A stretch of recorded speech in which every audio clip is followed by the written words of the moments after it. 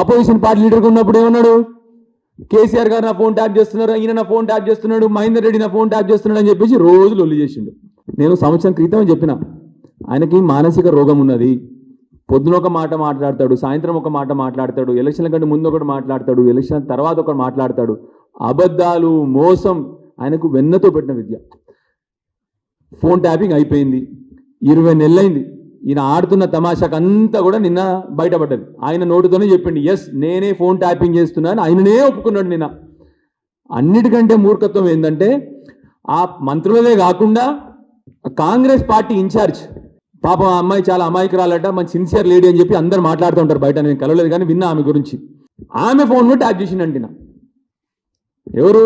బయట నుంచి వచ్చిన, బయట రాష్ట్రం నుంచి వచ్చిన ఇన్ఛార్జ్ ఫోన్ కూడా ట్యాప్ చేసినంత దౌర్భాగ్యమైన పరిస్థితిలో ముఖ్యమంత్రి గారు ఉన్నారు. ముఖ్యమంత్రి గారు అంటే అర్థం చేసుకోండి, ఆయనకి ఎంత అభద్రతా భావమో, ఎంత ఇన్సెక్యూరిటీయో ముఖ్యమంత్రి గారికి. అందుకొరకే తన జీవితంలో ఏ మంచి పని చేయలేక రోజు పొద్దున్న లేచి అబద్ధాలు ఆడడము, మోసం చేయడం.